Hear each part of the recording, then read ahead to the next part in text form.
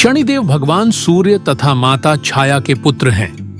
इन्हें क्रूर ग्रह का श्राप उनकी पत्नी से प्राप्त हुआ था।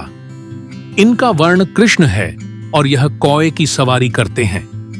पौराणिक मान्यताओं के अनुसार शनिदेव श्री कृष्ण के अनन्य भक्त थे और बाल्यावस्था में ही भगवान श्री कृष्ण की आराधना में लीन रहते थे। युवावस्था में उनके पिता ने उनका विवाह चित्ररथ की कन्या से करवा दिया था। एक बार जब उनकी पत्नी पुत्र प्राप्ति की इच्छा लिए शनिदेव के पास पहुंची, तब न्याय देवता श्री कृष्ण की भक्ति में लीन थे। वह बाहरी संसार से पूर्ण रूप से कट चुके थे।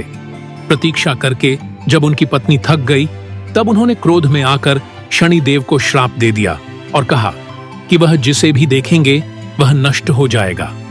ध्यान टूटने के बाद शनिदेव ने अपनी पत्नी को बहुत मनाया और श्राप वापस लेने को कहा।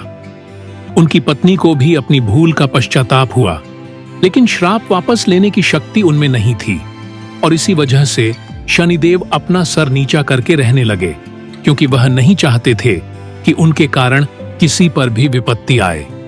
इसीलिए ज्योतिष शास्त्र में बताया गया है कि शनि यदि रोहिणी वेतन करते हैं तो पृथ्वी पर 12 वर्षों के लिए घोर दुर्भिक्ष पड़ जाता है, जिससे जीव जंतुओं का बचना मुश्किल हो जाएगा।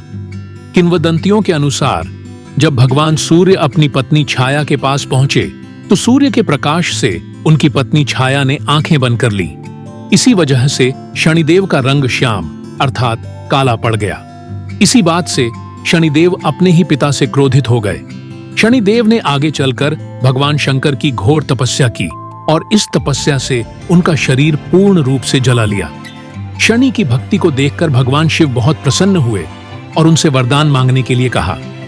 शनिदेव ने वरदान के रूप में मांगा कि वह चाहते हैं कि उनकी पूजा अपने पिता से अधिक हो, जिससे सूर्य देव को अपने प्रकाश का अहंकार टूट जाए। भगवान शिव ने शनिदेव को वरदान दिया कि तुम नवग्रहों में श्रेष्ठ हो जाएंगे और पृथ्वी लोक पर न्यायाधीश के रूप में तुम लोगों को कर्मों के अनुसार फल प्रदान करोगे।